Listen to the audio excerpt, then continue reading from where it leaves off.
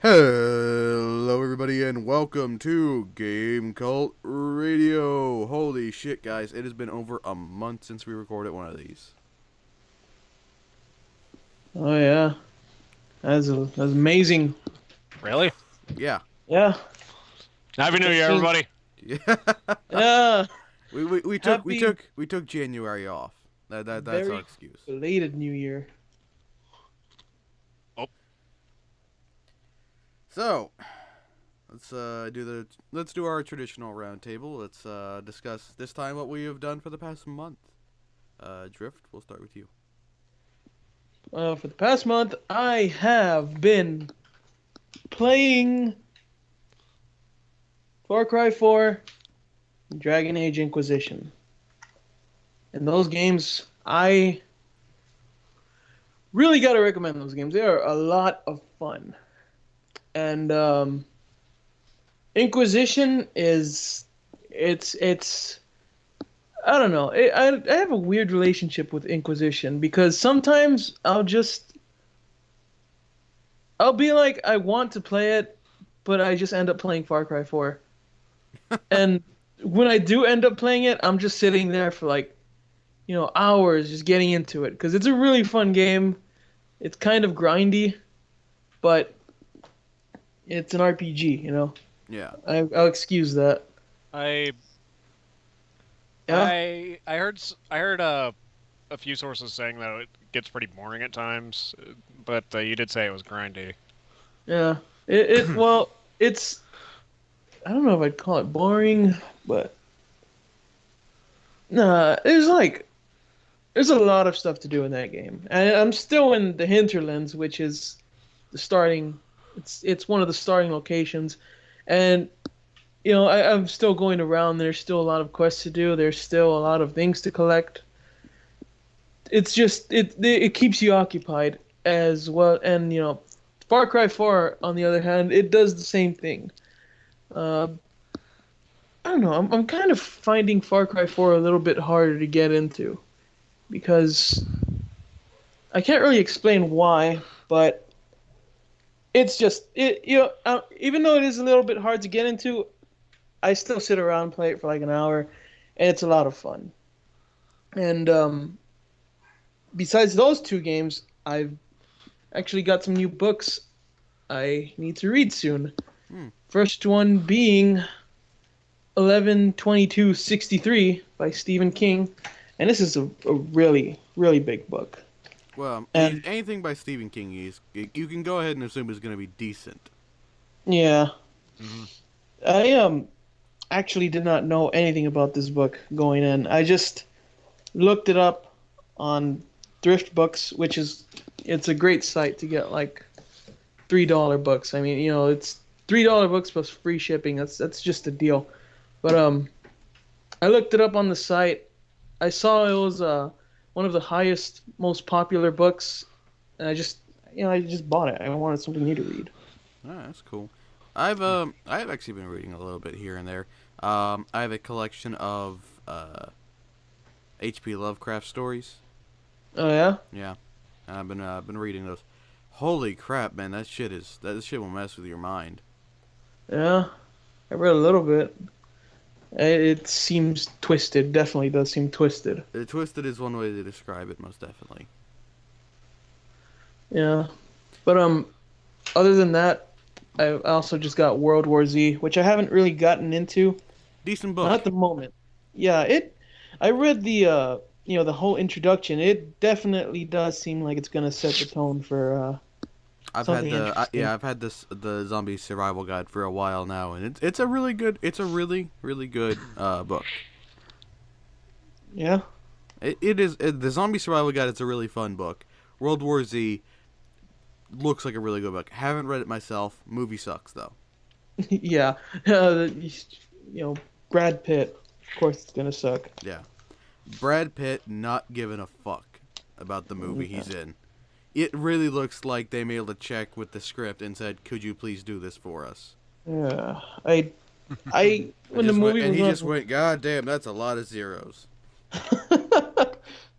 Oh God, I know, because I actually did see a little bit of the movie on Netflix, and that's pretty much just what I've been up to.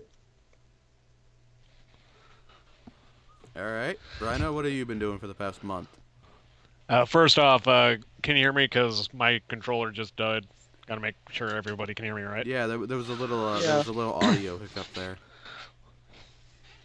So yeah, sorry about that, but um, trying to get back into Mass Effect, I guess. Of Yeah, course, you so two have already I. know that. Yeah. But I've been working a lot on my Minecraft world over on the one, and Man, I just can't bring myself to play vanilla Minecraft anymore. Yeah. I, Yeah. I, I know I that can't. feeling. After I've modded it to shit and back, like the vanilla just there's no high end goal for me to do. Like in my Minecraft world, I've got like I can build fucking trains, I can do spells and shit. and like you can build a train to crash your game, right? Yeah, yeah. I've just been You, having some you serious didn't think I problems forgot, with did you? mods, man. Yeah. I'm having some serious problems with them, though, having constant frame skips, which, I mean, on the lowest possible settings with Optifine on, it is really fucking annoying. Every 5 seconds, I Mm. get this, like, hiccup where everything just stops for about a second. It is Damn. Well, really fucking annoying. I will say that I've never had that happen to me before, really. Well, yeah, because you play the vanilla version, Yeah. like a casual. Oh God, you're casual, Rhino. I'm sorry. Oh man, great. You're gonna have to get good. Scrub. But what have you been what kind of run are you going for on Mass Effect? Where are you gonna A romance and all that? a female infiltrator who Liara this time. Nice. Mmm. I like Liara. She's Going for that. Gonna break you off some of that blue booty. yeah, that's good. Lesbians from beyond the stars. I'm fairly sure that was a trauma film. Uh, it sounds like it. If it wasn't, it needed to be. Get on that right now. Let's greenlight that shit. Yeah. Kickstart that. Eh, but this time, I'm hoping to have the final pieces of the DLC that I don't have sometime soon.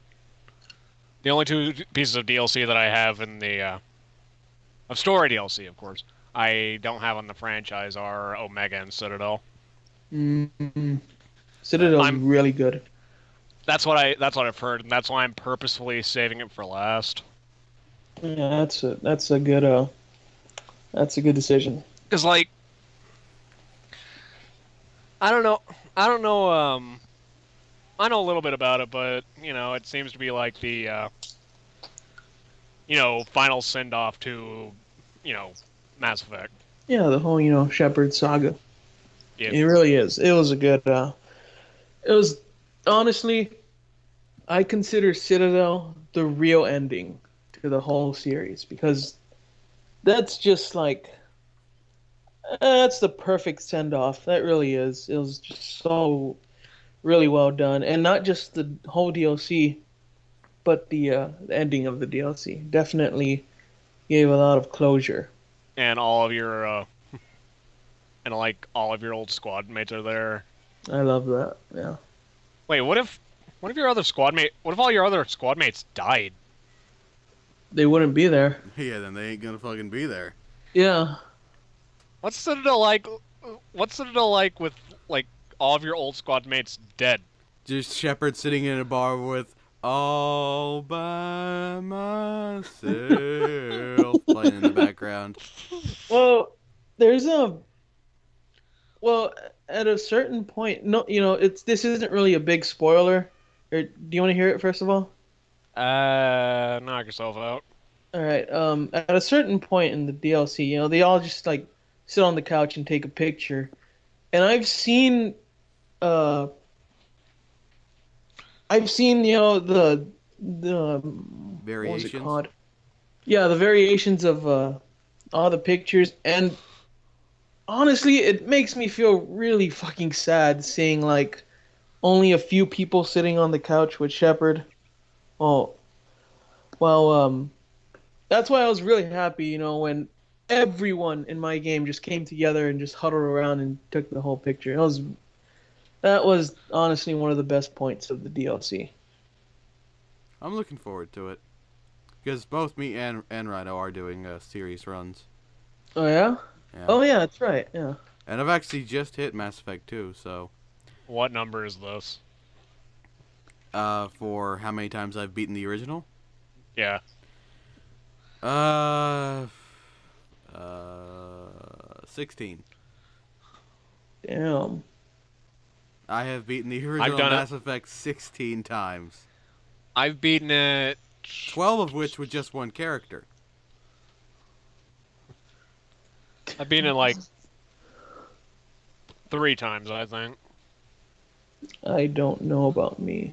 I know I've I know I've done for the original Mass Effect. I've done a Renegade playthrough and I've done a Paragon playthrough, but I can't really say how many times I've actually beaten the game. Although A majority of obviously mine not were do. Paragon. Yeah, same here. I always play Paragon. Like, yeah, that's the thing with me. I always have a hard time like getting myself to play the bad side of things. It's not Yeah. so bad in Mass Effect 1. In Mass Effect 1, the Renegade Shepard is more just a military hard ass. Yeah, he's getting But- the job done. In the subsequent games, he just becomes a genocidal dick. That's what Renegade Shepard is in number 2 and number 3. Genocidal and fucking psychotic. Yeah, you want like a good representation of Renegade Shepard? Just look up Mass Effect Commander Shepard is a jerk. That's yeah, that's a good. Mass I Effect used to watch 3. that. I hear that. I've heard one of our other friends talk about like what happens in Mass Effect 3 Renegade, and really it makes Shepard sound literally worse than Hitler. Yeah, he's bad. He is really fucking bad. Which makes me not look forward to number 3. I've never done a full Renegade playthrough. I have never done it. So Same. this is gonna be a first for me, and it's gonna be an ordeal. You don't want to look away from the screen when you press those buttons. Yeah. Probably mute, the TV. Just turn off the game. or else just tank the dying inside. I'm already dead inside. You're already dead. Oh my emotion, Dave. Anyway, what else you been doing?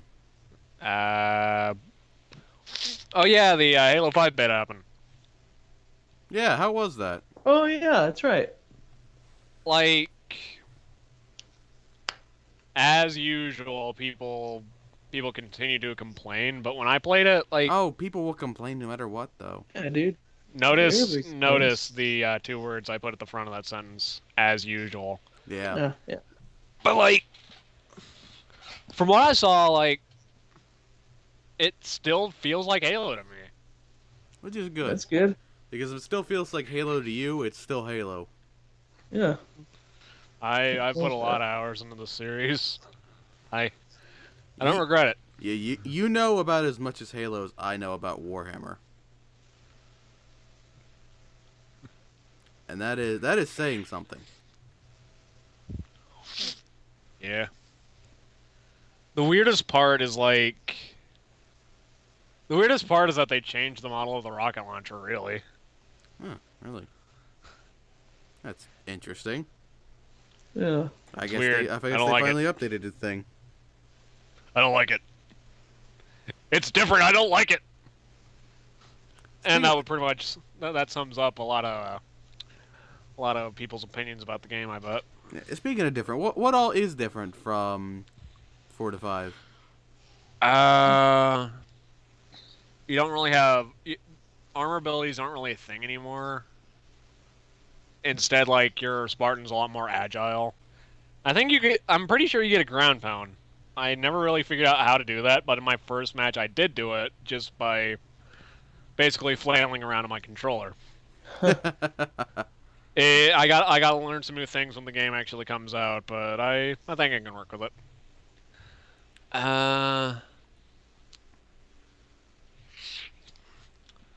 The one Forge map that we saw, like, it looked great. Looked a whole lot better than, like, for instance, like Reach's Forge maps. Whole lot better than that. Yeah. I guess they worked on the Forge lighting maps better. have always been kind of bland, though. That's the thing. Yeah, it's hard to make all of them unique. It's hard to make half of them unique, probably. Well, I have not been doing a whole lot over the past month. My family's still trying to move, so that's been taking up a lot of my time. I have started playing Dota 2 though. Uh-oh. And I swore to myself I wouldn't go back to MOBAs after I hit max on League of Legends. And I just went, fuck it, I'm done. I'm never touching these toxic pieces of shit again. But I got really bored, and Dota 2 was on my computer, and it's free. And I watch a streamer called Pyrian Flax, and all he does is Dota. And he's decent at it. He's been having a really shit run recently. It's cost me a lot of points, but because he has a betting system in his chat. And oh, I was wondering what you were on about a couple days ago. yeah, and I have a problem. Rhino knows this. I gamble a lot in games. Like whenever they gives me the opportunity, I will do it. Hey man, that reminds me of do you remember what they did with gambling in Jade Empire? Like you win, then you save, and then you repeat that 50 times, and then the guy just explodes. Oh yeah. I never did that, but if I ever find myself playing that game again, I will. I did it I'll once. be sure to. It was funny. So Anyway, amazing. I've been playing Dota, and I've actually been having a lot of fun with it. Like, way more fun than I've ever had in League of Legends. Like, I've only played, like 20 or so games of Dota. And I've had more fun in those 20 games than I have had in my entire time playing League of Legends. Holy shit. Dota 2 is a lot slower paced, it's more methodical, it's more strategic. There's a few more buttons to press sometimes. But other than that, I think Dota 2 is just so much better overall. And I have played with some really awesome people. I have played with only one or two shitty people, and even then, It was just kind of a brush it off scenario. It wasn't like it wasn't leaving me shaking and shaking with rage like it was in League of Legends. Right, yeah, I know that feel. Like the rest of your team are bros, if I remember you telling me about it. Oh yeah, because I ran into one kid who was just being a fucking dick in an unranked game. Like, I don't play ranked because it gives you that fucking option not to play ranked. So I was like, yeah, no, I'm cool. Let's not be a tryhard mode. Yeah, not tryhard. Awesome. And this kid was just giving me shit. Like, giving all of us shit. Actually, no, he was giving some other guy shit. I was playing decently. Yeah. At first, I really hammed it up later, but What happened? I was playing Kunkka, as a pirate guy. I'm not great with Kunkka. I'm not. But it was my first game playing with people with him. And this dude, we had a pudge in League of Legends term. He's a blitzcrank. Oh, okay. He's got the hook, which is like the rocket fist. Yeah. And a good pudge can win you the game. Because he can pull off supports, and he can pull off like squishies and just fucking nuke them. Problem was our Pudge was not very experienced. It's still like low rank, like, or it's still like low level unranked kind of shit. So Right. no one's great. But this guy he was missing hooks. He was missing his abilities, and this one fucking kid was just giving him such fucking hell for it. And Jesus Christ, he just was unrelenting. But I did a little bit of smack talking, and mostly was just like, calm the fuck down. And everyone else is just like, Dad, dude, it's cool, whatever. And at the end of the game, he ended up apologizing, so, Oh, that's good. that was Victory. Yeah, that shit would not have happened in League of Legends. Like, there would Yeah. be no apology in League of Legends. They would have just been all like, Yeah, that's about right. to paraphrase. Oh, of course, yes. But other than Dota, I've reinstalled Neverwinter Nights 1 and 2. Because, damn, those games are good. I've been playing a little bit of Reus, or Reuse, or however you want to pronounce it, Reus. It's a fun little casual game. I've been doing a Mass Effect series run, playing as male Vanguard. Ironically, also going after Liara. Nice. Yeah, but Yeah. you've gone after Liara like 3 times already. I'm just seeing some of the other romances. Yeah. My Oh, first romance was the best Sally. romance, though, and I think we can all agree. Big Corian butts. Yep. Anyone who says that anybody but Telly's the best romance in Mass Effect is a communist. Agreed. Which, if you support communism, then, More power to you. yes. More power to you, comrade. Comradovic. Comradsky. Other than that, what have I been doing? I've been doing a little bit of reading on Lovecraft. Been rolling up D&D characters, which is fun. I wish I could read.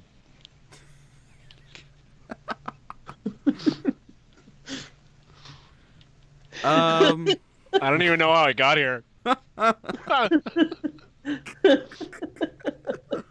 Like I wasn't invited to the call. Like I just sort of showed up.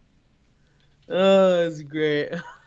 But sorry for interrupting. No, it's cool. Other than that, played a little bit of Medieval 2 Total War because fuck it, why not? I haven't really, but like I said, I really haven't been doing a lot. I have at least kind of taken the month of January off. Just said fuck it, not doing anything. You had to get your Christmas food like festering. Oh God, I know, and I have been sick for the past week or so. I have this weird issue myself, kind of like that, but You're sick. Yeah. You seem to be sick every other week, man. I'm working on it. Yeah. I'm working on it. That's just how shit rolls sometime. So, shall we roll into the news? Do it.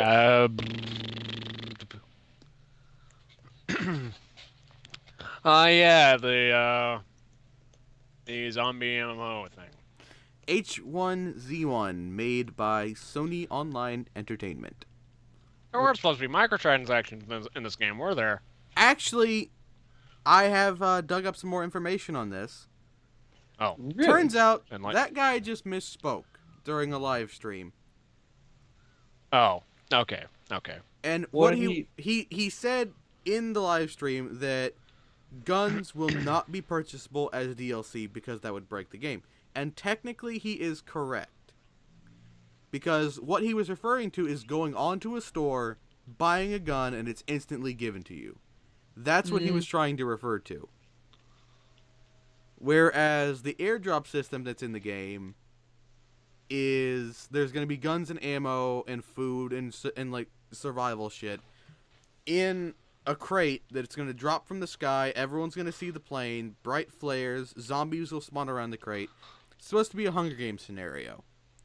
Oh, so whoever gets it gets it. Yeah. So it's That's- kind of like Rust, I guess.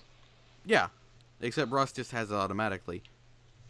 That's actually It, so. it's like a $5 like party crate essentially to So drop on someone a can server. buy that, and then the person who bought it can just totally get screwed over from not getting it. Yeah, That's that actually seems pretty interesting.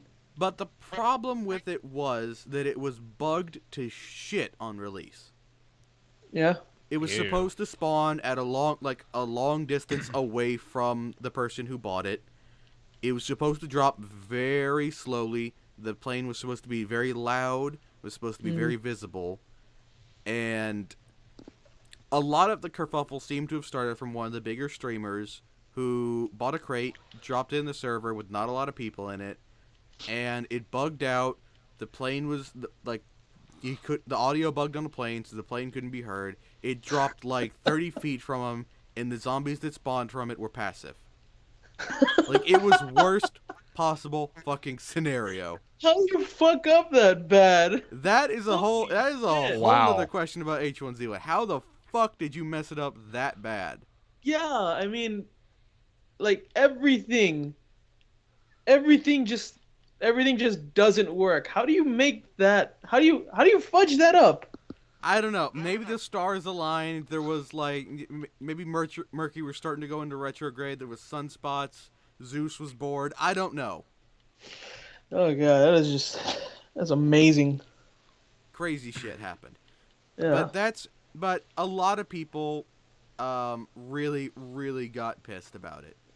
Oh yeah. And rightfully so, because there were some crossed wires, there was some miscommunication, and people thought, oh well, there's not going to be a whole lot of DLC in this, right? Well, there's going to be DLC, yeah, but as far as I can tell, the DLC in H1Z1, the airdrops they're reasonable at best. I mean, and H1Z1 is not a game I am going to play. I am not a fan of DayZ. I am not a fan of Rust. yeah, I'm not a fan of Rust style gameplay. So I actually would play Daisy or H1Z1 with. I would play it, but only if I had someone to play it with. Because Yeah, I don't want to play that alone, man. That's just that shit would be boring and like really fucking tough alone. yeah. And the thing with this game is like, even if you like want to make a friend in this game, you can't trust anybody because someone can just like kill you and then take your shit when they get really like chummy. we would. Yeah. I'd hate to say it, but I would kill you in a fucking instant over a potato. Guys. We just get Both enough of our don't. friends on there, and then we take over the server. Yeah, I don't know Just about hold up in that. like a shack and then just like get a You bunch see of anybody with cougar- weapons, get them. No, I've got it, guys. We have to go into tall trees, get in the shack, and then the cougars will just eat people. Because Shout out to John Marston. That's a Red Dead Redemption joke. as horrible as War Z was, it actually seemed enjoyable. If it was done well, it seemed it would be enjoyable with friends it because I did have like my friends we had like a couple of keys and we were playing it and we would have had fun if it was well done. Which it obviously wasn't, like you said. But yeah, that's pretty much the only instance I would play a game like this. I'm not interested in that style. Like if I was gonna play a game like that, more than likely I'd probably play Rust. Yeah, Rust seems like fun. And it seems like one of the games that is most done, because that's the problem with all of these games. Every single fucking one of them is early access. Yeah. Every Ew. single fucking one is early access. There is not a Yeah. released game in this genre. Yep. That is a fucking problem, because Oh, I have big sworn problem. off early access. After Space DF9, like if I can't trust Tim fucking Schafer to complete a game properly, I can't trust anyone. What was it called again? Space DF9. Hmm. The DF9 is a reference to, Deep Space Nine, which I mean, it makes it all the more painful that game was not all it should have been. That's really depressing. I'll talk about that when we talk about our early access stuff. Probably next week. Yeah. Rhino, any opinion on the zombie survival genre? Like, I don't really have the ability to play a lot on the PC, but I've watched a few people play it, but usually I get bored before the video ends. It can be rather boring. Yeah. Maybe it's just not something maybe it's just not good to watch, for all I know. But it's fun to watch people stream it because you never know what's gonna happen next, and it depends on the person playing it. Like Markiplier and Bob, like playing Rust, she was hilarious. I actually haven't seen that one. Oh, it's fucking astonishing. Cause they are just like going bonkers. There was one like hour-long Rust thing I watched one time. Yeah. It was it was being played by somebody who normally plays the Dark Souls games, and like he ran into this guy and he met him and he was all like, "Oh yeah, this guy." Oh yeah, you're going to be my slave, and he just went along with it just to see what would happen. That's the kind of shit that happens in that game. Yeah, it's like the most random shit can happen. Like Rust is just a bunch of naked men running around with rocks. That's true. It's kind of disturbing, but kind of entertaining at the same time. It's weird. We're not cavemen. Oh, wait. but in Rust, you kind of are. Oh wait, we are. But now we're cavemen with guns. So, yeah. Moving on. So, Five Nights at Freddy's 3 has a trailer. I sure look forward to watching people play that. I'm not going to buy it, but I can't wait to see people play it. No, we have talked about this multiple times. None of us are interested in playing those fucking games. I do not have the heart for it. I'm just gonna say that right away. I have nerve problems. I have paranoia of the dark. Like I have severe paranoia of the dark. I am not fucking playing the Five Nights at Freddy's any iteration. It's not fucking happening. But you know what? It's oddly interesting, isn't it? That is very interesting. Can't wait to watch someone else play it, like you said. like since I thought that this would possibly come up as part of our news, like there is something that I want to say while it's relevant. I think that whenever somebody watches Five Nights at Freddy's, there's always one animatronic that sticks out for any given person. Mm-hmm. For me, it was the original Chica because I was just so mesmerized by how creepy it looked. For most people on Tumblr, it seemed to have been Foxy. Yeah. I mean, just Rule 34. I don't know how it took hold of that game, but Jesus Christ, did it just take it and go? Like, it's pretty obvious to me. I mean, most of the characters are animatronic animals. Yeah, furries. Yep. Furries, but with robots. Oh, it starts. Robotic furries. Robokin. Okay, if you can say that term, I can say Cory in the house. No, we're not talking about Cory in the house. Stay tuned next week. Just because I'm a Robokin from Hoboken. That does not mean that we can talk about Cory in the house. I'm a Cory Ken, and what you're saying offends me. Oh god damn it. Let's just talk about the fucking trailer. I saw Maybe the we should trailer, edit that part out. and it was scary. I don't like Decrepit Bonnie.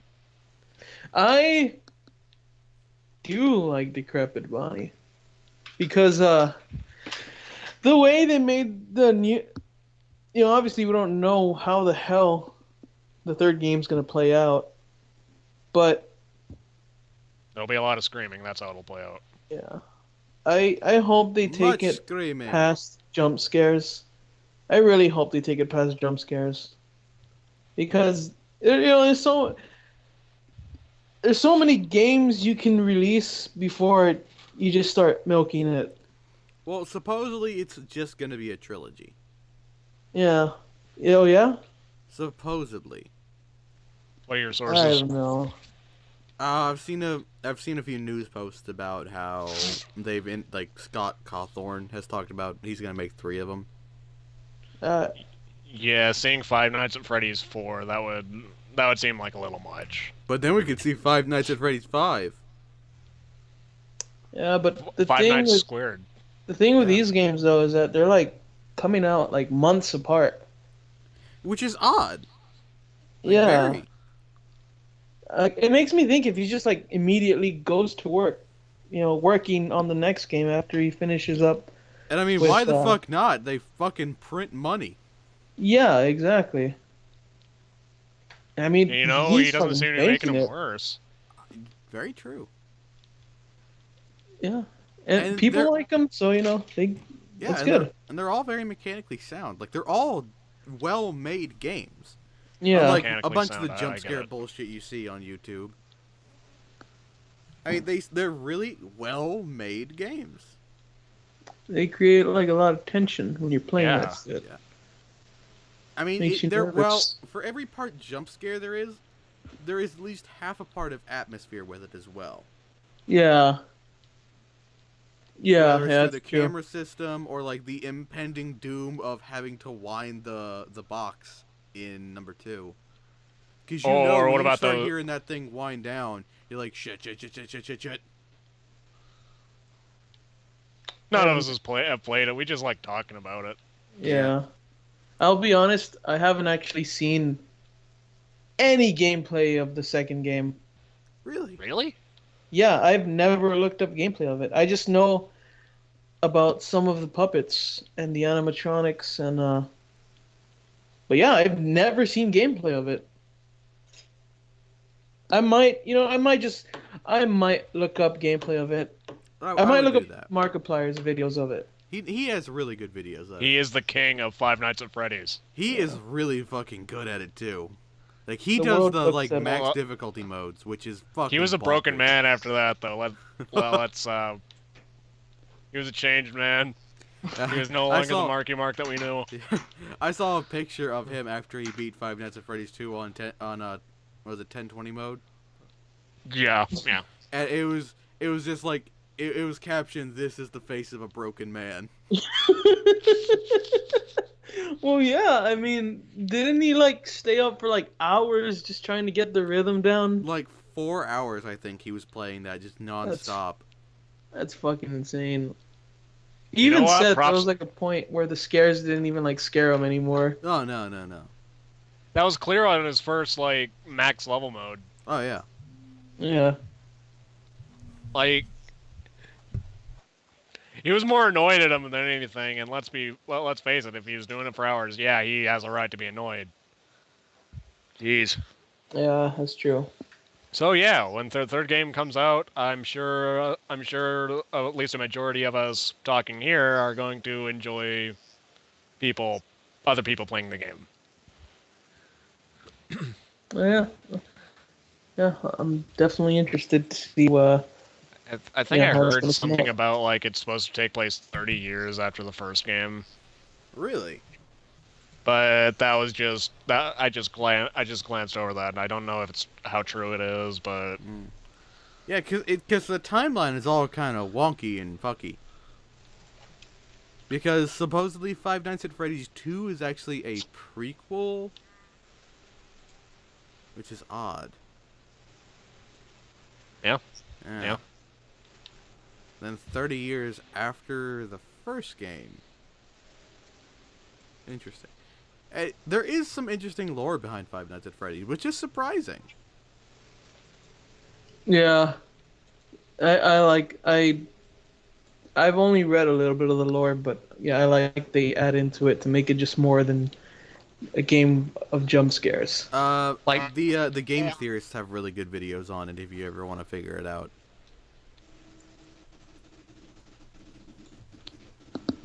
Then again, the game theorists cool. have really good Sweet. videos in general. They recently came up with a Metal Gear Solid video. Yes, I like that Really? video. It's very interesting. It was in a Metal Gear Solid 5. How does Snake like speed up time? Yeah, because he has his like electronic cigar, like he can right, smoke and it'll yeah. like mess with time.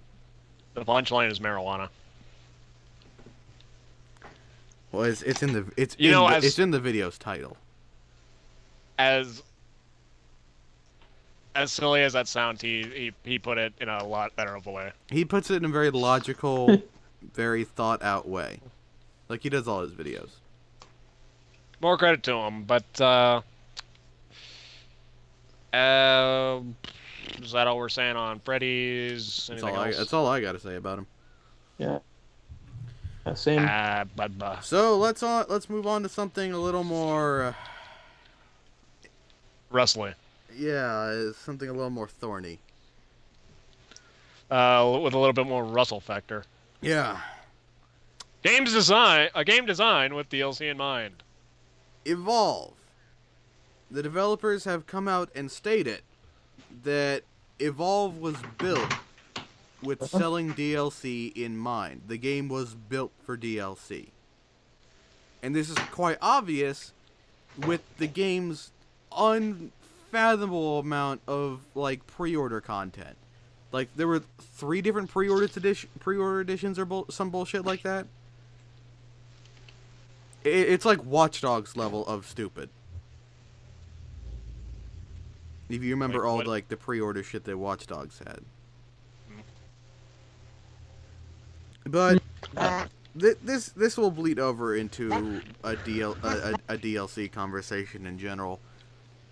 So I just want to go ahead and ask you guys, how do you feel about DLC as a whole? I feel like it can be done good, and it can also be done very, shittily. Yeah.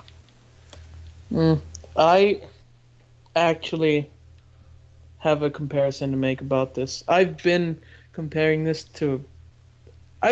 this to myself for a long time, so I would actually feel better to say this now. Okay.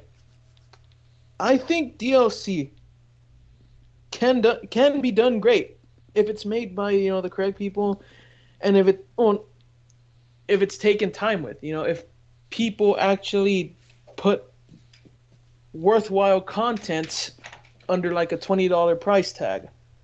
Case in point, Oblivion and the Shivering Isles. Right? Now, let's also bring up that Oblivion had some really stupid DLC. The horse armor. Horse Armor and Spell Tomes as DLC. Those were not good. That was a big What were fuck up. awesome though was the player housing was really cool because they all came with their own quest lines. But how much did the Shivering Isles cost when it came out? $15 to $20. Knights of the Nine was also a really amazing expansion. Yeah. Pretty much. He had a standalone disc. Any Bethesda expansion, they add a ton of shit into their expansions and DLCs. Skyrims weren't great compared to like Oblivion's. I enjoyed them. I mean, they were glorified mods. Let's be honest about that. Yeah. I mean, the Hearthwarming, is that what it was called? Hearthfire, something like that. Hearthfire, that's it. Hearthstone. You got no. The Hearthfire, yeah, that one was like, you could just get a mod for that, right? Yeah. Mods exist for that. Oh yeah, tons to do. But there's mods for everything in Skyrim. I know. I've looked. I'm talking about like the really, really, meaty DLC packs. Like they have story, they have a new map, new content, new things to do. That's why the Dragonborn DLC, which could have been named a whole lot fucking better, was the best one for Skyrim.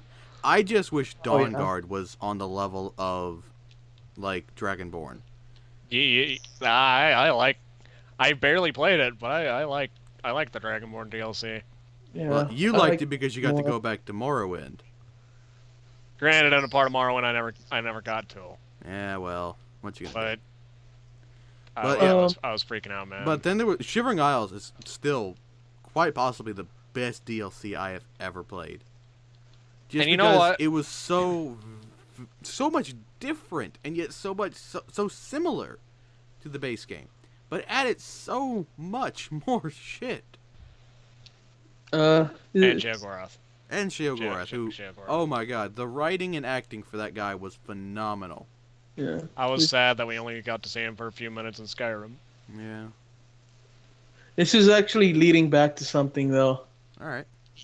So Alright. you guys agree with me that that DLC was really well done and worth the $20 price tag, right?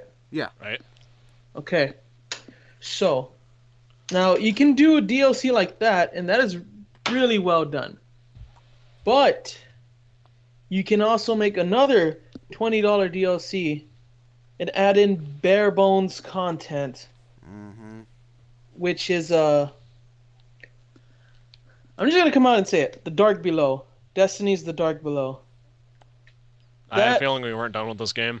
Yeah, I really do have a bone to pick with that DLC because they did Oh, not. I do get it, right. because your helmet's a skull. Yeah, that's true. But they really didn't fucking do it right. I mean, the whole appeal of that DLC is the raid. Like, and if you don't have friends playing that, you're not going to be able to play the raid. The strike actually looks pretty fun. But, you know, again, it falls into the category where it's instantly going to become the same thing you're doing over and over again. It Yeah. really And- looks like it should have just been a $5 like add-on pack.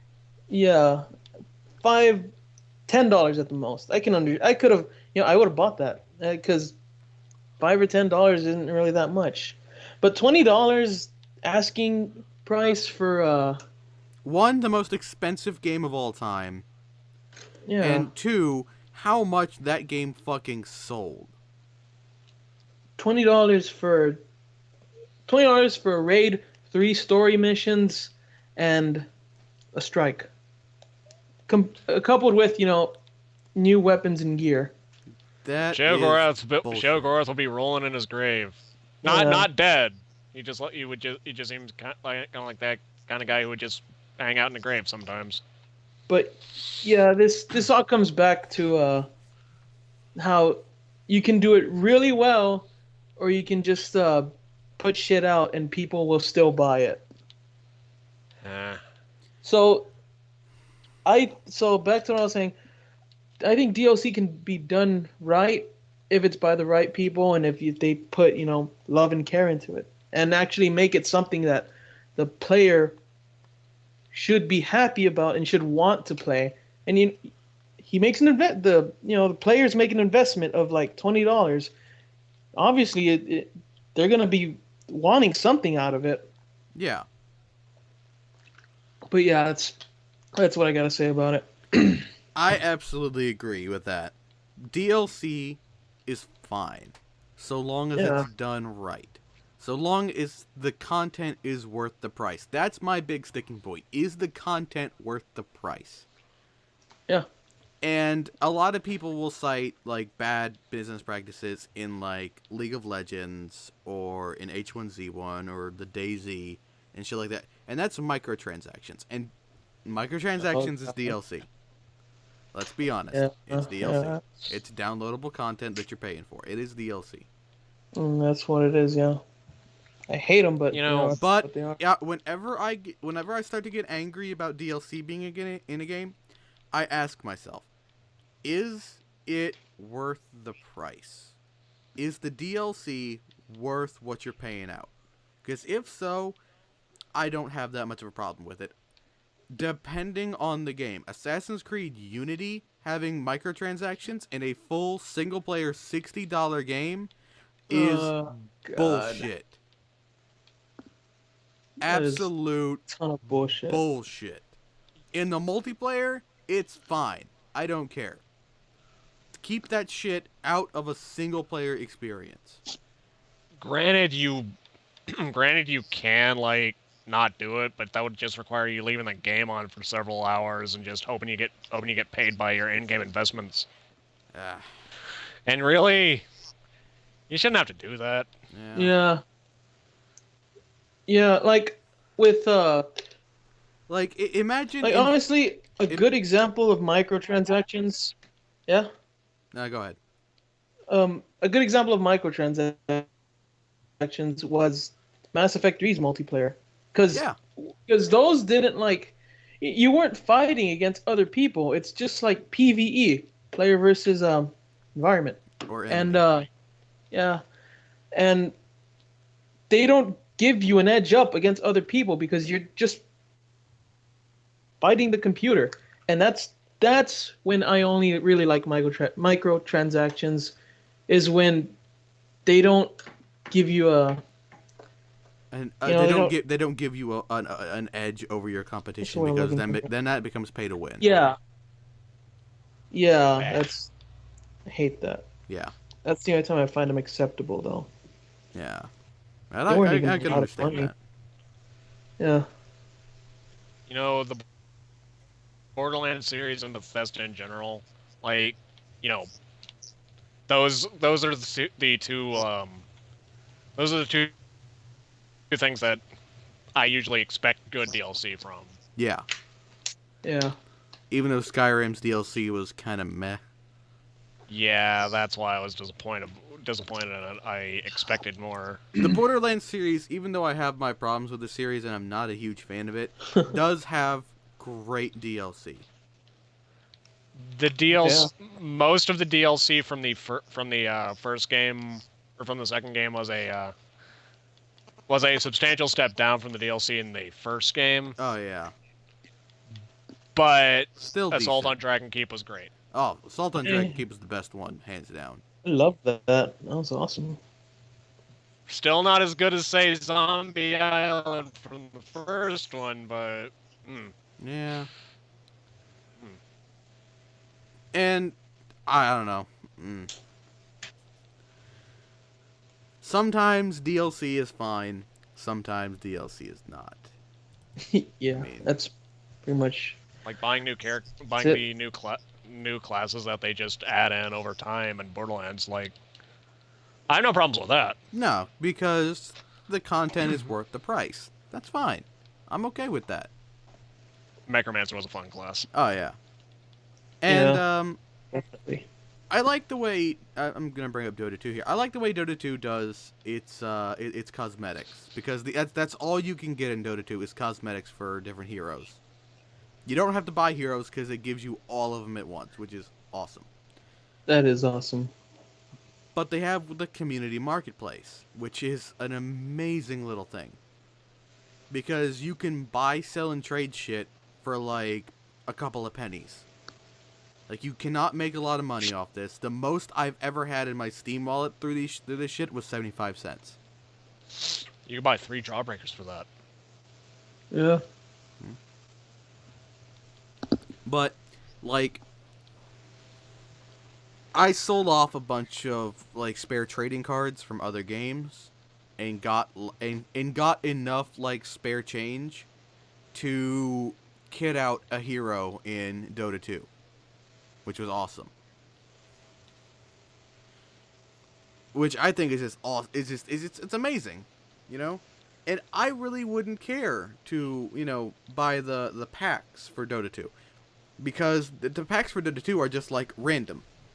Because it's like, alright, there are, like, 6 things you could get in this, like, piece of treasure.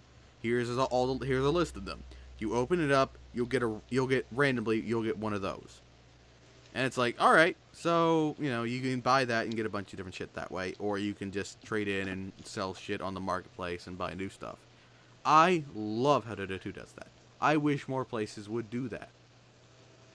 like more places that have like multiplayer aspects like that and like customization like that. If they could implement the Dota 2 system, I would be a happy man. Yeah, it definitely does seem pretty interesting. Like an interesting thing to do. But let's move on to the actual issue we started with, which is Evolve being built around DLC. Now, Evolve is an asymmetrical MOBA. Because just the way the game's built, the way the game is designed, and the way the game operates, it's very MOBA-esque. You have a team of 5. Death is a big fucking deal. Like they all have different abilities and passives and like skills that will dramatically affect the course of a battle. And then you have the monster. And the monster is a fucking monster. Its goal is to survive and kill the hunters. The hunter's goals is to just destroy the monster. Now, where the DLC comes into play is kind of obvious. It's cosmetics. You get some cosmetics. There are also some experience boosters, I've noticed. Evolve has experience. Yeah. You can level up your heroes to get access to other heroes or like access to certain things. I'm not entirely sure how it works. I haven't played Evolve, so I'm going off of just I'm all going off of other stuff. Like, reports, gameplay. I've actually watched quite a bit of gameplay of it. It looks really fun. Because I like asymmetrical looking game, like asymmetrical gameplay. I like it. It's cool. But anyway, but they have stated that this game was built from the ground up with DLC in mind, which concerns me in a way. What do you mean? I mean that on launch there is a DLC for this game, which I have a problem with. Yeah, okay, that's annoying. But it's like it's a monster skin and some other shit, like nothing like really off the wall. But the problem is what I'm foreseeing in this game is by having to buy hunters, and having to buy new monsters, because that is going to dramatically change the way the game works. Because every piece of the puzzle, as it were, in any given match, any piece of the puzzle can dramatically change depending on what it is. Oh, You have okay. one hunter switched out, the entire composition of the team changes. That seems interesting. Yeah. And that means that there is a potential that one of the hunters that's like cordoned off behind a paywall, like you gotta pay to get him, could be dramatically better than other hunters. That is a potential problem. And it seems like this game is going to be riddled with just unholy amounts of extra hunters, extra skins, extra this, extra that. Not necessarily a bad thing if the content is worth the price, but I am worried that this game is going to have some issues with like splitting up communities. No, they said they won't be doing that because any maps they release will be automatically added to the lineup and not cordoned behind a paywall. Right, they're all gonna be free, aren't they? Yeah. That's good at least. All the maps are just going to be automatically added as updates, which is really good, really fucking good. But I don't know if this is so much a problem as it is worrying. It's not a problem yet, because I think the guys behind Evolve, Turtle Rock Studios, they actually really love their fan base. They are fans of their fans, which is awesome. They talk to people, they give out codes, they work with streamers, they work with YouTubers. Fans of the fandom. Yeah. And that's good. That is really fucking good. I'm really glad about that. What Yeah. I foresee this game having problems in the future if the DLC is not cheap. Because if they're going to release a shit ton of it, it's all got to be cheap. That's the bottom line. Like, there should not be a piece of DLC in this game that is over $5 unless it's a bundle. Um, that's it's actually interesting because What if it's Uh, like a new game mode? That's going to well, split the community because that's cordoning off gameplay aspects behind a paywall. yeah. That's gonna hurt the Right. community. So if Um, they do that, but, that's a big problem. But Drift, you said something. Killing Floor actually does that. They do release like new characters, new skins. I think they release they release new characters and new weapons, but they price them like really cheap. Like, hold on, let me look this up. Because I know Killing Floor. They release like, oh damn, oh god, those are bundles. They release like bundles, singular weapons, characters, and they're usually like the characters I usually see them for like $5, and That's not bad. the weapon packs are usually like, the same price, five. Oh wait, the weapon packs are like $8, but they come with like, a bunch of weapons. And Payday 2 does this as well. Yeah, Payday 2 has a lot of shit like this. And it's all But fairly reasonably priced. I can understand Evolve trying to do that, but like you said, if they price them like, because I saw the monster, apparently the monsters are going to be priced like $15 a piece. Oh, Listen. I think that's really high. That is really fucking pricey. Yeah. I don't know if they're $15 a piece or just for two, but I heard somewhere that the monsters are. I also wonder if you buy the monster like that, if they're just going to automatically give you like a skin for it. Because you know Well, how how much League are of Legends skins? does a bundle for a new character where it's like $10 for this new character plus a skin. Oh yeah. Yeah. I wonder if they're gonna let you buy like them separately though. That I foresee being a problem. It's like, here's the new monster. Here's $15 for the bundle. Well, can I buy them separately? Nope. Yeah, they are going to be sold separately. Okay. I'm reading this right here. They're going to be sold separately for $15 a piece. Oh my god. That's fucking expensive. That is expensive. That is a problem. Heroes of the Storm, which is a MOBA being released by Blizzard, has this same problem. Shit is expensive. Like, really fucking expensive. Yeah. Like, the cheapest hero in that game is How expensive? is $8. The cheapest hero is $8. Wow. That is not good. Hmm. The most expensive one is $15. That's pretty pricey, damn. Yeah, well, I that's expected worse. $16 because it's $15.99. I hate that. Well, it's $15. Wink.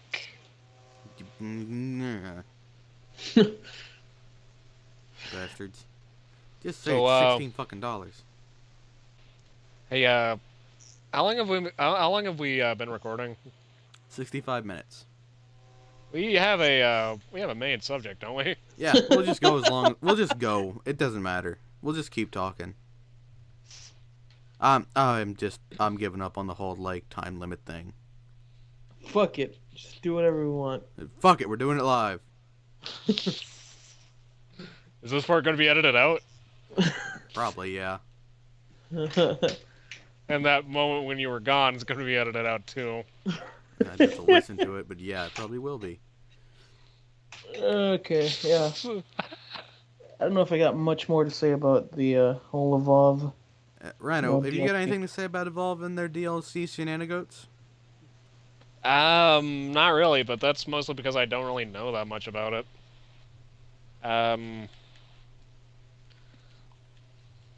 The game itself, I'd like to try out eventually, but The Seems game like it's fun. itself does look very interesting. Like I said, I've seen a lot of gameplay of it, and it looks fun. You know, it's Turtle Rock. Yeah. I made Left 4 Dead. Yeah. Of course, I want to try it out. Left 4 Dead. What I really like, a little tidbit I really like about the game is whenever the hunters start, they start on a drop ship, and all of the hunters have unique dialogue interaction. Yeah? Like they like banter back and forth. They all banter back and forth before the dropship doors open. And it is awesome. It's always good to see a character do that. Yeah. Yeah. I love that. You know, it makes him actually seem like a character. Yeah. All of the characters have personality, which is good, which is really fucking good. Yeah, it And is even good. even the monsters, the way the animations are, even the monsters seem to have some like personality.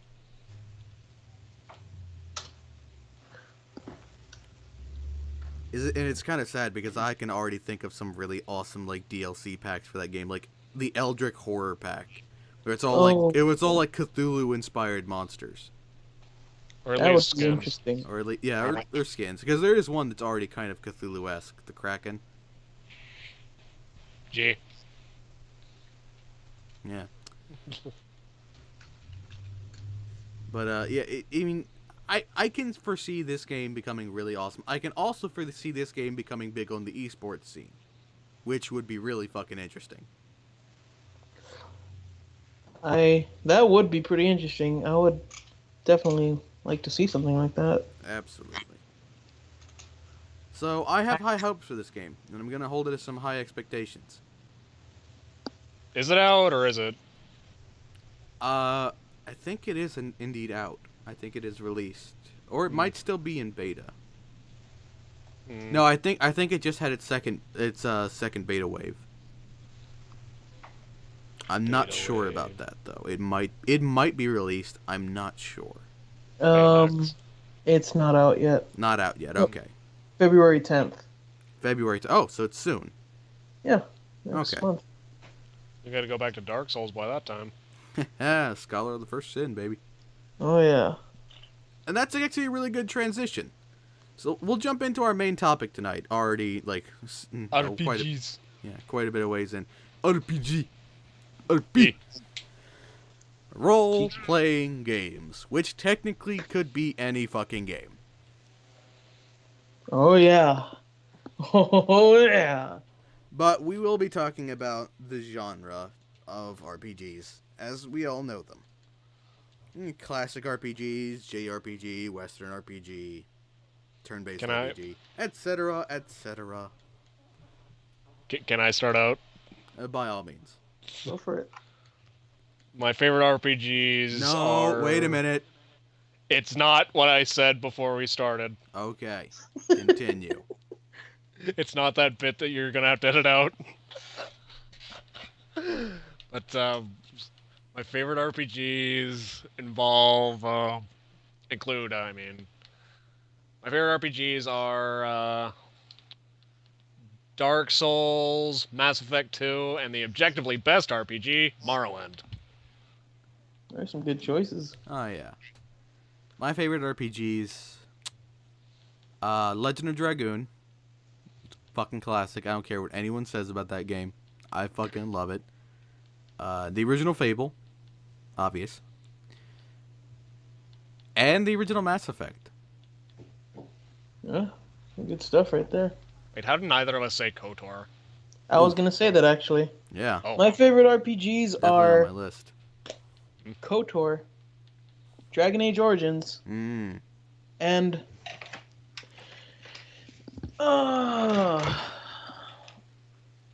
yeah, actually, Mass Effect as well. So fucking BioWare, god damn it, I know, man. nothing but BioWare on there. And I actually talked about Neverwinter Nights earlier. That's actually their precursor to KOTOR. Neverwinter Nights. it wasn't in space though. That's true. but it is based off the D&D 3.5 engine. Oh. Yeah. Huh. It actually always uses wanted the to play rules of D&D. D&D to make a game. KOTOR. Space BioWare is best BioWare. KOTOR is actually based off of that same engine, so it still uses like tabletop style rules for the gameplay. If you guys didn't know that.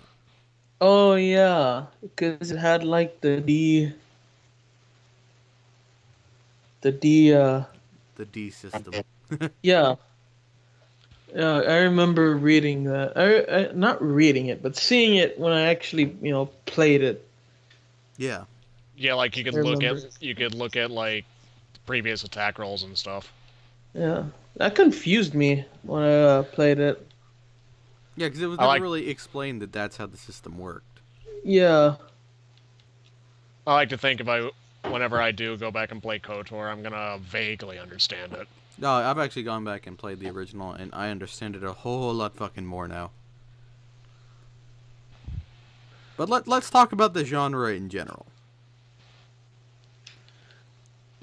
What was the first tabletop game, or not tabletop, role-playing game that you guys ever played? Rhino? Pokemon Red. I guess you could consider Pokemon a role-playing game. That was definitely some good It's technically an memories. RPG, yeah. Mine was why am I even thinking about this? I know what it was. It was Chrono Trigger. Ah. Now that was a good fucking game. I never actually beat it though. I have never even played it. It's a good game. Like you know, I'm trying to remember it because I have not played that game in a long time. The combat was, turn-based. There was a lot of story to it. I remember the whole. Trying to remember you either get sent back in time or into the future. There's a lot of time travel in that game, from what I understand. Yeah, Oh, yeah, one of the first game theory videos was about it. I remember I played it when I was really young. I was like, God, how old was I? I was like, this was like, this was a long time ago. I don't even remember. I was probably like 8 or 9 when I played it, and I just really enjoyed it. It was a good RPG game. I don't know if it actually got me into the genre, but it was definitely one of the first RPG games I played. And I'm just sad I couldn't beat it because my the game would always lock up once I got to a certain part, and it wouldn't let me progress. It would just it was kind of like a soft freeze. Ah. Like I couldn't play past it because it would just be really jumbled, the whole screen. But really, it was still a lot of fun, and I enjoyed it. That's it. That was the first RPG I played. The first ever RPG I really played was Legend of Dragoon, and I even had a then, feeling it'd be Lud. yeah, and even then, I was so young that then when I played it, I had to have my brother's help to play it because I didn't really know what was going on. Yeah. Yeah, a lot of my earlier experiences with RPGs, I didn't. It was when I was really young and like I didn't understand what an RPG was. Yeah, because everything back then was just games to us. Yeah. Yeah. Oh We're my, how kids. we have matured. Well, quote unquote. We're kids, we just play what we like. Yeah. But I really loved Legend of Dragoon, and it cemented in me a love of turn-based RPGs. A genre which is almost fucking dead nowadays. Yeah. Like, the only really good modern like turn-based RPG I can think of would be like Shadowrun Returns. That is a really fun fucking game. Sorry, which one? Shadowrun Returns. Highly, highly recommend it. And if you get the game, get the Dragonfall campaign. Get the DLC for it. Because holy shit, that is an amazing DLC. But, I don't know, man. RPGs have always been my forte. I have always loved them so much. Something about them has just drawn me to them. Just something about the freedom of creating a character and setting about this epic story, meeting these interesting people, and doing crazy awesome things has always been super appealing to me. Yeah. And I think it's somehow bled me into the strategy genre. Because tactically thinking and all that, I think it's the reason I love strategy games so much. Or at least partially responsible. Right. And it's really unfortunate to see that the classic RPG is also kind of a dying genre. The classic RPG, you know, it doesn't really exist anymore. It's evolved. It's become something different. That's not necessarily a bad thing. Although I do kind of have the nostalgic hankering every now and again for a really classic style RPG, you know. Yeah, I know what you mean. I think most people would cite Baldur's Gate as as one of their favorites. Actually, define classic. Classic. Normally overhead. I'm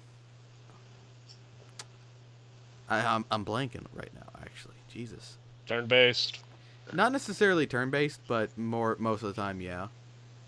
I know what you're talking about. I can like practically see it. Like overhead, you talk to someone, a text box pops up. Yeah, stuff like that. I can name a game like that. Yeah. A really good game like that. Let me guess. Boy. Earthbound. Play Earthbound, damn it. Ah. I don't know if I have the time to put into Earthbound. Jesus, it's such a huge fucking You're game. doing a full playthrough of Mass Effect. Yeah. I've never played Earthbound either. No, man. Something about it. I've never liked that kind of style, I guess. I don't know. Because I had a lot of people in high school rave about Dragon Quest and try to get me to play that, and I just couldn't bring myself to play it. For some reason, I just can't get into that kind. It's the battle system, really. Just like sitting there watching static images float as numbers pop off. Aesthetically, it's I don't like it. I don't know how to explain it. I can sort of see where you're coming from. Sorta. It's not rational, I realize. And it really should not be holding me back from enjoying them. But for some reason, it just does. I feel like if you try to get sunk in and play it, you would find something that you enjoyed. Hey, you're probably right. Oddly enough, Nintendo makes good RPGs. Really damn good RPGs. Hell yeah, dude. Like, any of the Paper Mario games.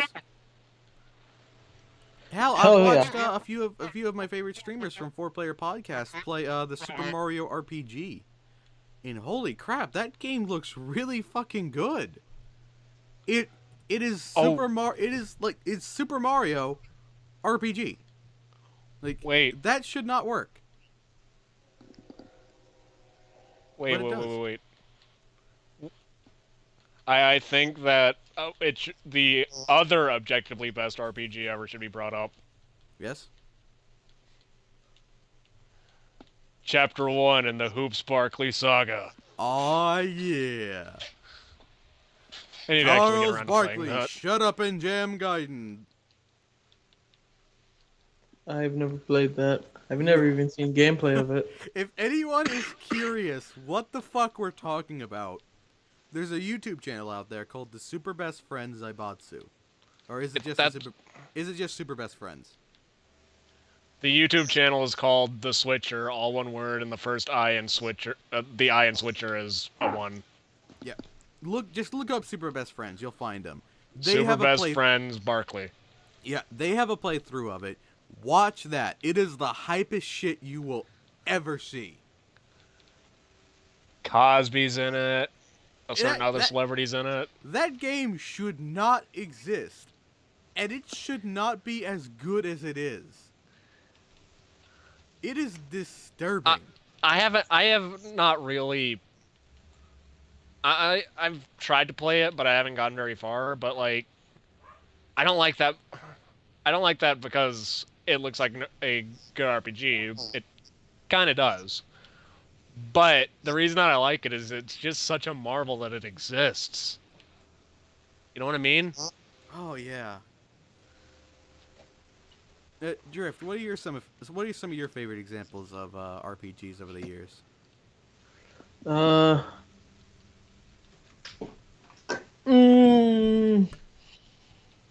Well, from what I've played, Dragon Age Origins, that was like, I think that was the game that got me into, that got me back into playing RPGs, because I can't remember when I bought the game, because this was like a really long time ago, and there's actually a few funny stories I have about Origins. Okay, Oh, I'll tell one. I'll tell because this is like really one of my favorite experiences. Like I still can't get over how ridiculous this was. I was trying to romance Liliana, and I accidentally romanced Morrigan. I've It had was- that happen to me before. Really? Yes. It's just so ridiculous when that happens. It's crazy. It shouldn't happen.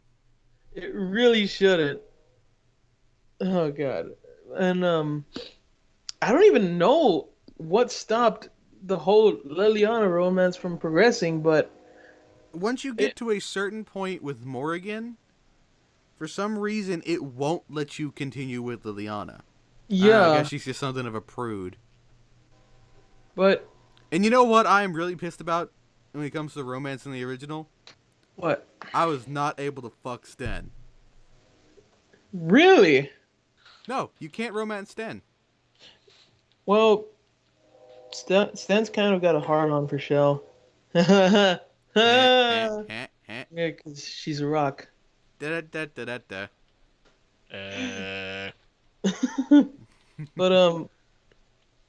But what's actually funny about this is that this actually became one of my most favorite playthroughs, because I That's another game like Morgan's character.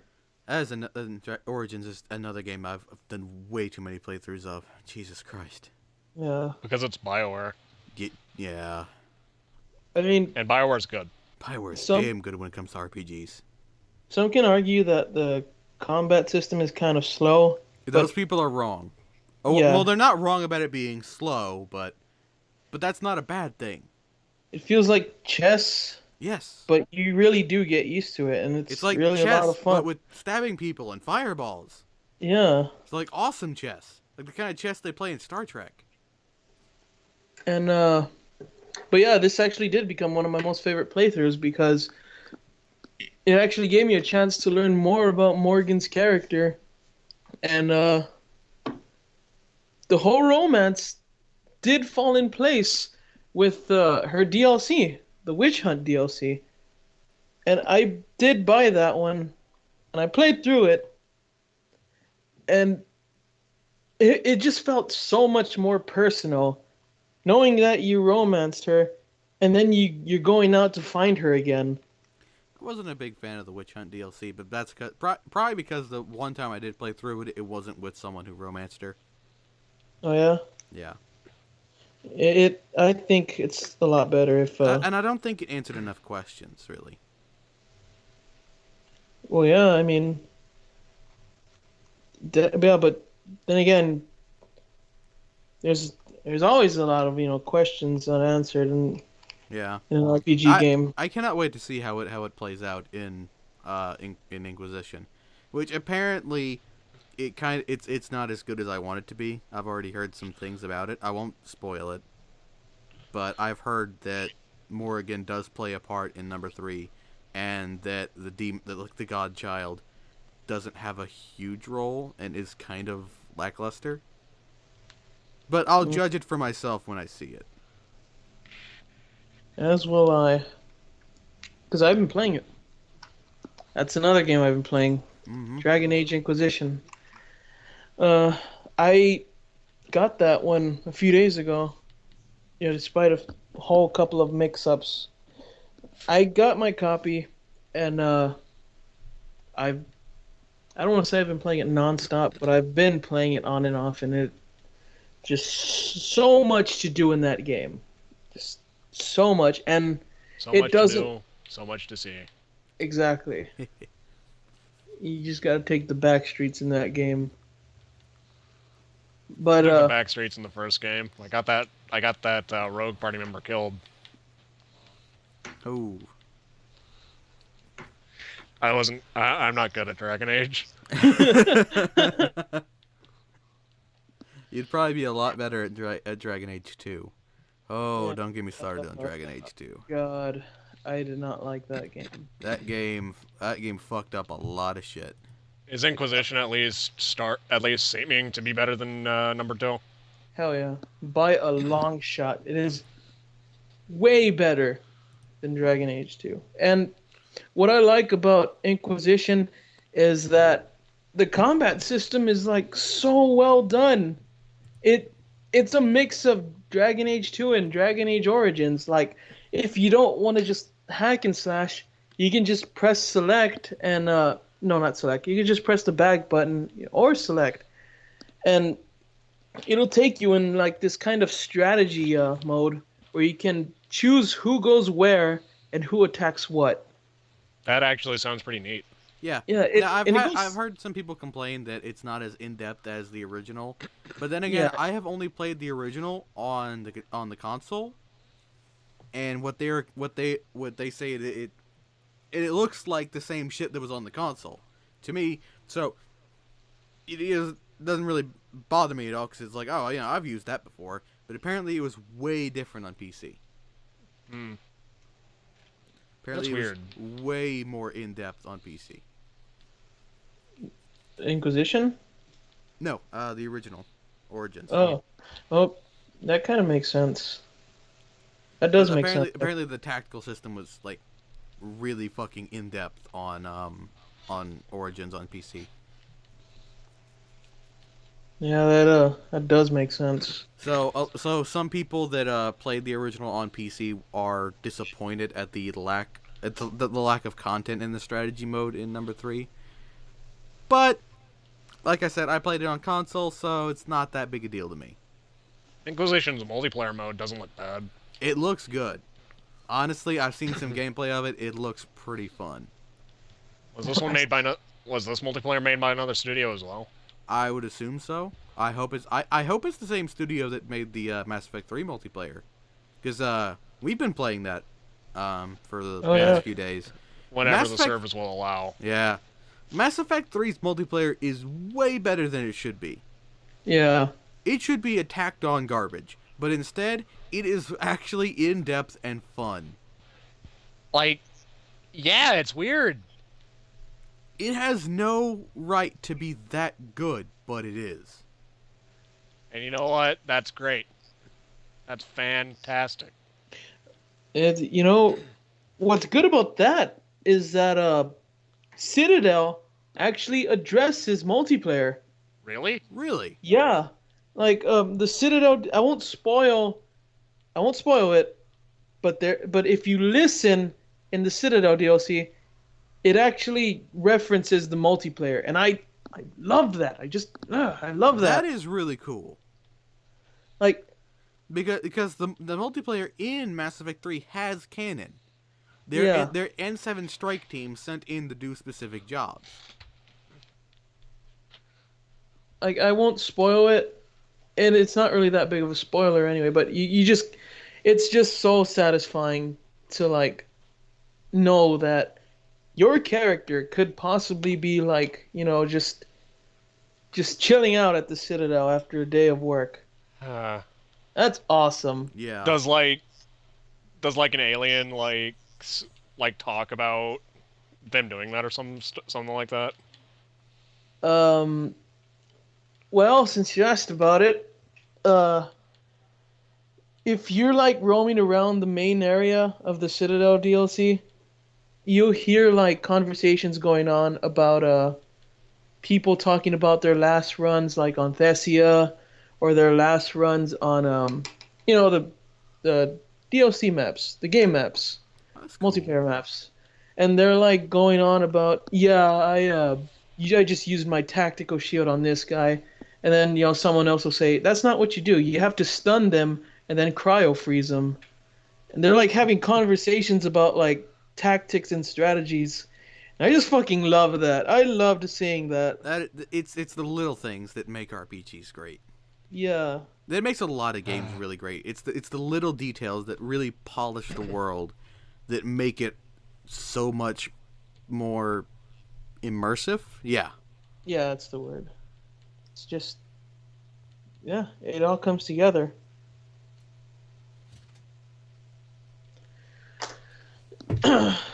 Yeah, just, besides that, I've been playing Inquisition. Fun game, recommend it. And I think that's actually all I got to say about it. Because I haven't gotten that far in. We will have more on Inquisition next week. Right? Oh, yeah. What? RPG games. What have you been enjoying? What have you enjoyed the most? Yeah, which RPG game have you really gotten into?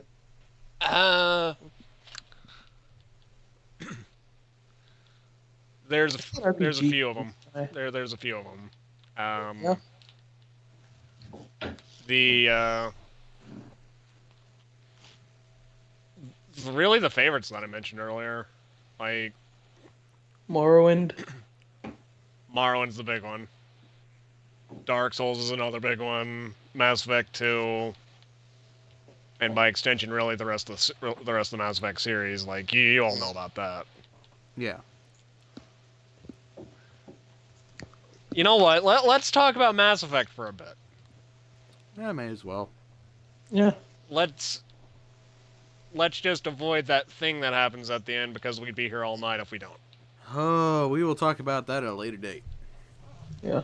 But why I like Mass Effect is like it makes you feel like part of the universe, man. Well, because the universe is fleshed out and in depth, Exactly.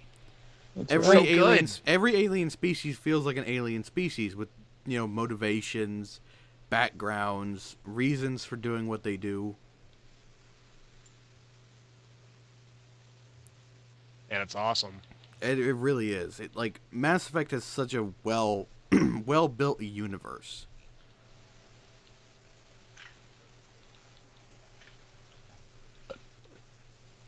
I really wish more games were had the kind of world building that Mass Effect did. Yeah, like Mass Effect and all the RPGs that I mentioned, like as stuck up as this is gonna sound, like they were less games and more experiences, Yeah, absolutely. Just like I feel that Oblivion was, or Morrowind was. Morrowind, especially, was less of just an average game and more of an adventure. Morrowind really felt like an adventure, and to me, Oblivion felt the same way. God, I loved Morrowind. I know, I'm a big fan of Oblivion. I've only played Skyrim. Well, I played Oblivion, but I haven't actually played a lot of it. I will admit, it's hard to go back to Oblivion nowadays. The animations are not up to snuff. The graphics are not that great. The faces scare the fuck out of me. Faces are bad in that game. Holy shit. Everyone sounds the same. Oh, there are only like 4 voice actors. Which is really fucking stupid. I We know. can keep damn talking it. about this, but I just want to point out. Oh yeah, let's talk about Mass Effect. Oh yeah. Oh, Oops. yeah. Guess Well, not. we talked about it a little bit. We moved on. Yeah. Well, We thought of the Elder Scrolls and we needed to talk about it. Yeah.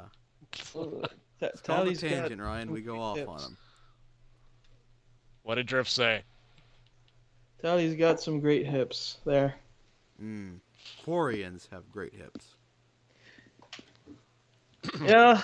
God Jeff- bless skin-tight exosuits. And isn't this what man first dreamed of when he looked up at the stars?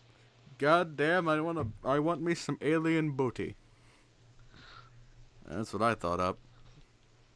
The woman on this planet bore me. And like it's a caveman saying that. The caveman also figured out what a planet is. Me want starbutt.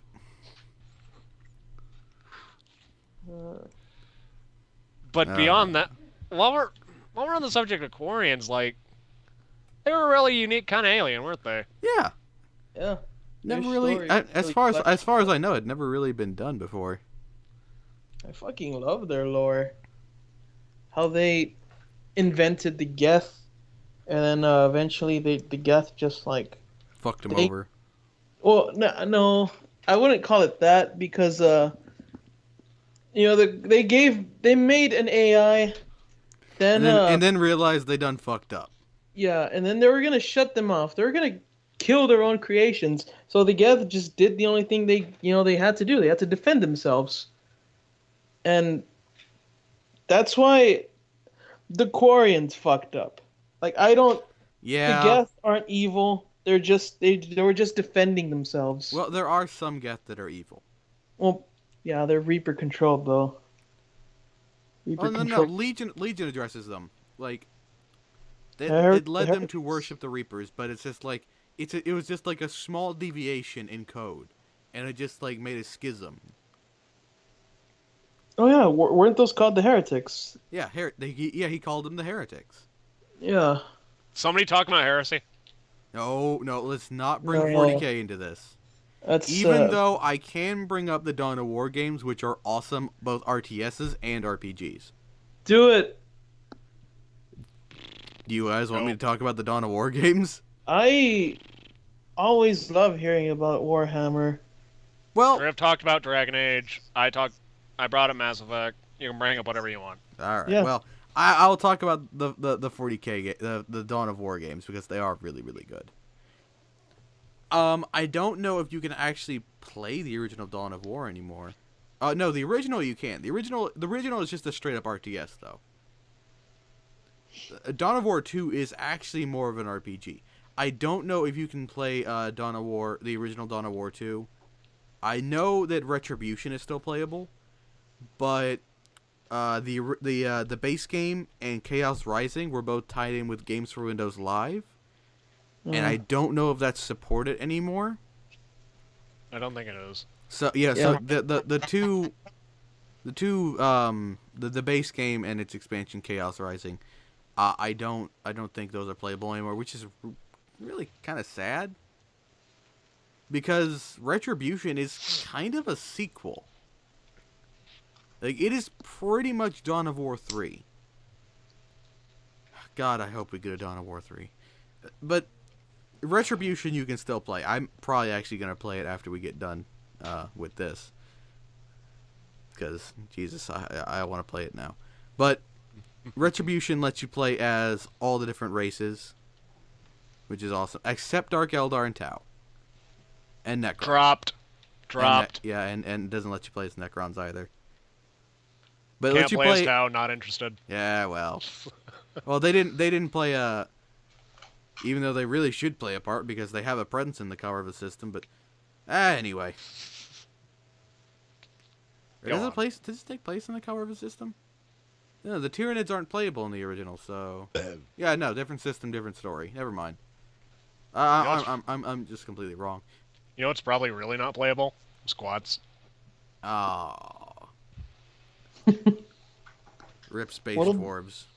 What about the Warhammer game that Angry Joe was really pissed about? We're not going to talk about those. What game was he pissed off about? Storm of Retribution or some shit like that. It's a fucking mobile game. Wasn't it like just cut and paste? Yeah. The studio that did a game called Ninja Cats versus Samurai Dogs. It's a lane defense game. Build buildings, send units down lanes, send enough units, destroy the other people's buildings, you win. They literally Get a game over, wait 3 millennia, or pay $5. Yeah. And they literally cut and paste all the same shit, but with orcs and Dark Angel Space Marines from the Warhammer universe. It's the exact same fucking game. That sounds lazy. It was very lazy. It's a really shitty game. Which is sad, because Warhammer has way too many shitty games to its name. You'd expect like that kind of fucking series to have like crazy ass awesome shit. And it does. It has some really awesome stuff, like Final Liberation was really good. The Space Marine game on the Xbox was fucking awesome. The Dawn of War games are unbelievably good. Problem is, all of those games hinge on you being fans of 40K. Yeah. If you're not a fan of 40K, you're not gonna like the games. It's like when I rented Space Marine, I was just all like, "Hey, John said this looked pretty cool," and like that's literally the only reason I ended up playing it. If you're a fan of Space Marines, then the game Space Marine is what it feels like to be a Space Marine. Are you an unstoppable badass? Pretty much. You regain health by executing your enemies and bathing in their fucking blood. And it had an awesome multiplayer scene too. Like the multiplayer in that game was really fucking good. And the level of customization over your like Space Marines in the multiplayer, so orgasmically good. Isn't it impossible to find a game? Well, yeah, weren't you trying to like find a game? Yeah, 2 months ago, I was trying to. I jumped back on that and tried to find a game. I actually found a game, played a game, laggy as shit. Like you could not hit people. It was so fucking laggy. Shit. And it took me like an hour just to find one game. Like the multiplayer scene for it is dead, which is really really sad. Which is why I so want Space Marine 2. Almost just for the multiplayer, huh? Almost. God. Like, all they'd have to do is update the graphics, tweak the gameplay, maybe add a bit more shit. Which would be You know, it'd be cool. What's that? Warhammer 40K Space Marine 2 Legion of the Damned. Yes. Actually, Legion of the Damned was a special skin set in the multiplayer. But RPGs, we were talking about RPGs. Yeah, we were. Yeah, way off on that shit.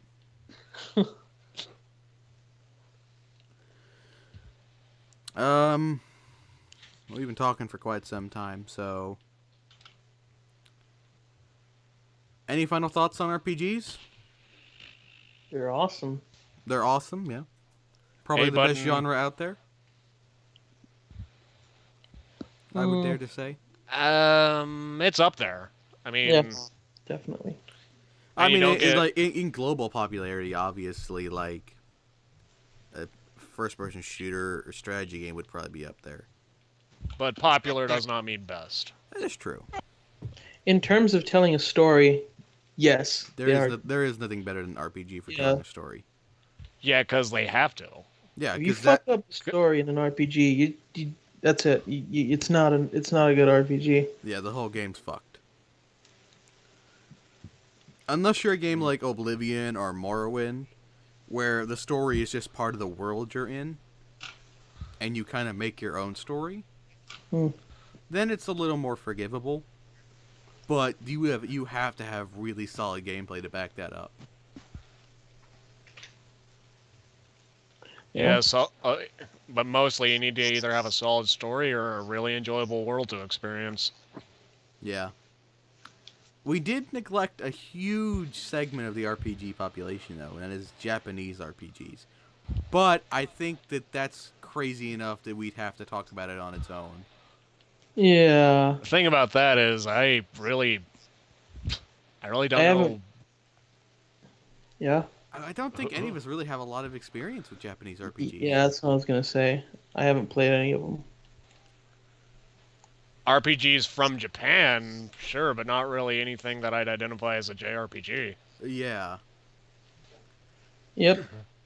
Which is a little bit weird to put it that way, but you guys know what I mean, right? Yeah. I mean, unless you want to count Chrono Trigger as one. Technically, it's a Japanese RPG, but it's more of a classic RPG. Yeah. Because classic RPG and Japanese RPG, the older it gets, the more like closely they resemble each other. Well, it was published by Square Enix. Well, yeah. But yeah, that was like a long time ago, so I don't even remember that. I also didn't really talk about Dark Souls, but that also seems like it'd be good for its own. I think we'd have to talk about Dark Souls in its own show. Yeah. What about when Scholar of the First Sun comes out? That's a good idea. That's a really good idea. When Scholar of the First Sin hits, We got like a week and a half before that. Yeah. Well. Yeah, I'm up for that. Well, then 2 weeks from now we'll be talking about Scholar of the First Sin. Or Dark Souls in general. Or Dark Souls in general, yeah. Well, it's probably going to be a lot about. You should probably beat Alana and Dark Lurker, by the way. Oh God. I have not beaten the Dark Lurker. I don't know if I want to beat the Dark Lurker. Oh. Anyway, we almost done here. Yeah, I think we're done. So we'll. But before we close out, I have a confession to make. Yeah. I've been playing Minecraft this whole time. That doesn't surprise me. Yeah. I've been actively building things this whole time. Bastard. All right. Thank you, everybody, for tuning in. This has been GameCult Radio. I have been John. I've been Drift. And I've still been playing Minecraft. We'll see you all next week. Bye-bye.